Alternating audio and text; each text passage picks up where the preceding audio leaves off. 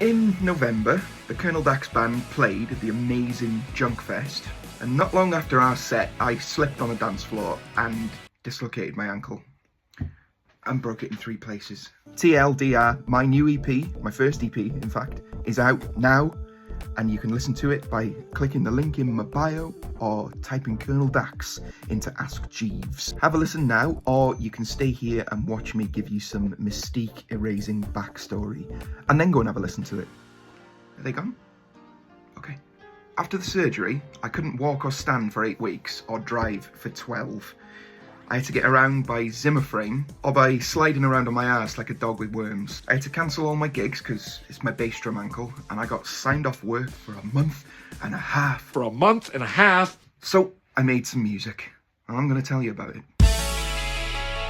Don't Think of a Wounded Animal is a song that I wrote the bulk of in 2018. I hit a bit of a block with it because I thought it was too melodramatic and desperate and a bit unpoetic, really. It's made up of a lot of different sections, and I just couldn't figure out how to piece them all together in a way that felt right pacing wise. So I just stuck it on the track list for a future Dax album called End, and figured it was just a problem for Ron later on. Anyway, fast forward 6 years, the band gets booked for Junkfest.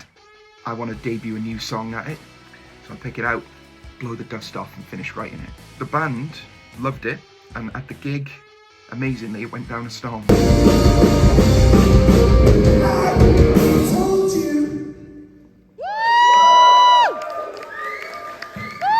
To the point where all day afterwards, people were coming up to me going, "That last song, where can I get that Wounded Animal song?" And yeah, the irony wasn't lost on us by the end of the day. So I decided in my downtime to record it and release it as a single. I'd made a demo of it for the band to learn, and I'd become a bit attached to that, so I ended up going with that one. I tightened it up, added some vocals.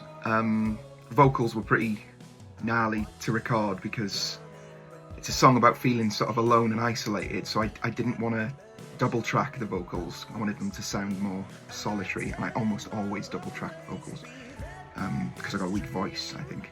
So I did 14 takes and picked the best bits from each one. We did 20 takes, and that was the best one. And once you hear the song, I hope your throat starts to feel just a little bit sore for me.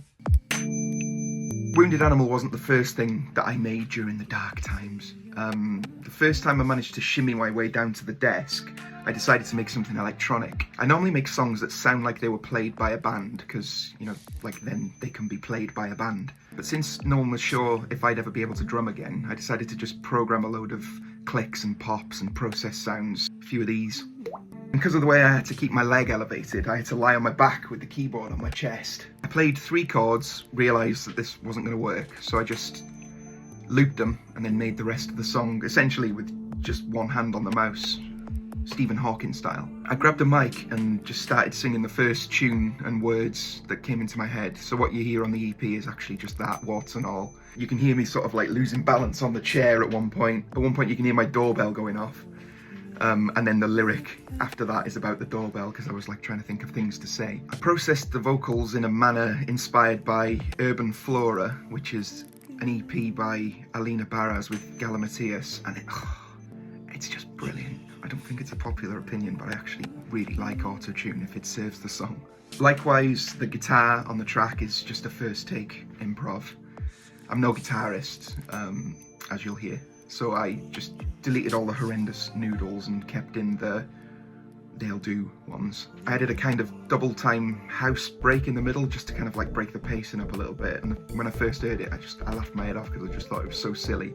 Side note, my cousin has actually said that that's his favourite moment on the whole EP. Then I got fed up and just went back to bed. It was genuinely just nothing more than an experiment that I was never going to show to anyone. But my wife Hayley overheard it later in the day and she asked who it was. I said, "Oh, it's me." She just couldn't, she loved it. So I sent it to my friend Stu for his opinion. Hi Stu. And he also loved it, going as far to say that it would be a travesty if I didn't release it. So I figured I might as well just stick it on the Wounded Animal single as a B-side, like a song made while wounded. And it has really grown on me. When I listen to it now, the mood and atmosphere of it is totally how I felt at the time. And I think it's a really clean sound, and I'm just happy with the way it sounds. and it's at least 2 of the live band members' favourite one on the whole EP, which surprises me. Stay with me, there's not as much to say about the other 2. I was on the toilet not long before Christmas. I've got a million stories like that. And the melody just got stuck in my head that just wouldn't leave. Fun fact, the exact same thing happened with The Change of Man. Toilets, man. I really liked it and I was worried about losing it, so I just made a note of it.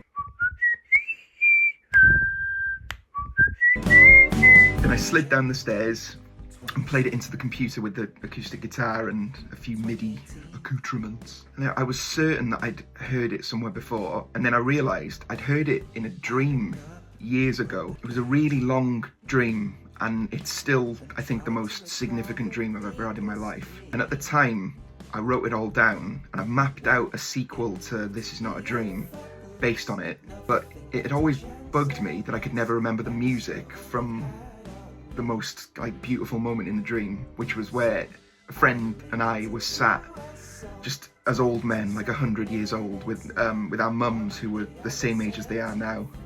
We'd outgrown them, and they were still here to be with us. And we were staring at what I think was heaven. And then in the background, this song started to play. In the dream, I knew it was a coloneldax song that I'd recorded decades ago, and in the dream, it was the Dax song that I was the most proud of. And for years, I've been upset that I could never remember the tune. And yeah, I'm just so glad that it came back. I got my mate Dill to record some trumpets for it, and then I just thought the end result sounded so Christmassy that I added sleigh bells and started writing Christmas lyrics for it. Luckily I stopped, and everyone I've shown it to since has gone, oh, it's so summery, it's a summer song, this, it makes me think of being in a pub garden at sunset or whatever. So I was well off with it. In my head it's fireplace snowing outside, but yeah. And when David Lynch died, I used the last public recording of his voice to close the song and the EP, because he was a man who believed that ideas just came from another place, and that we can catch them like fish as long as we allow our minds to look for them in dreams or in thought. He was my guy. I love him so much. Anyway, this was another song that I was just going to keep for myself, but again, Hayley and Stu seemed to really like it, so sod it. It's an EP now. I added this sort of introductory track just to make the whole thing more cohesive. I can't even say it with a straight face. It contains audio from our set at Junkfest and a few elements of the songs that follow. And a radio announcement from Dr. Monk E. Mann, and that's it. Up until 3 days before the release of the EP, this was just nothing more than a silly little demo that I'd been tinkering with for a secret early 90s project. I grabbed the opportunity to do something in the style of late 80s New Order, Pet Shop Boys, electronic, because those guys are my faves, and I've never leaned into their influence properly. Anyway, this one just ran away. I didn't really like it, and I knew that if I didn't Trojan horse it into this jumble of an EP, then it would never see the light of day again. I knew that I just wouldn't carry on working on it. So I decided on the Wednesday before the release of the EP, that I would take a day off work and just see if I could do something with it. And the result is just the most over-the-top thing ever.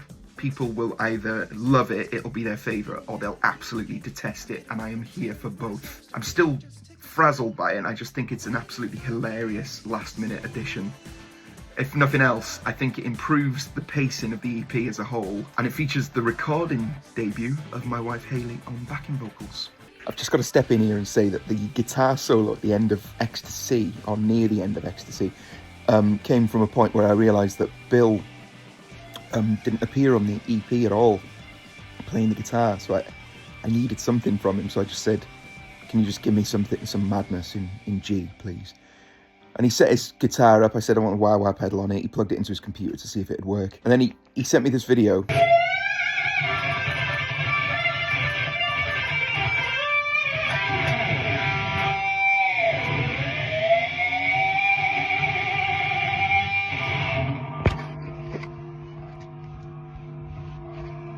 Just to show that the wah-wah was sounding good through the computer. And then we agreed that it'd be hysterical if we just used the audio off that video, and that's what we did. He'd never heard the song before he did that, or even during doing that. He heard it for the first time last night, And yeah, his guitar just sounds good over anything. Also, I'd love to have this project pressed on vinyl if I could get enough demand for it. Spoiler alert, I won't. And the addition of Ecstasy means that it's a record of two neat 13-minute halves. One that's like lyrically earnest and sporadic, and then the second half is much more repetitive and slow.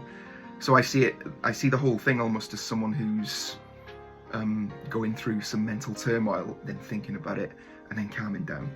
It's a story. But the two halves of the record would really emphasise the disconnect between that.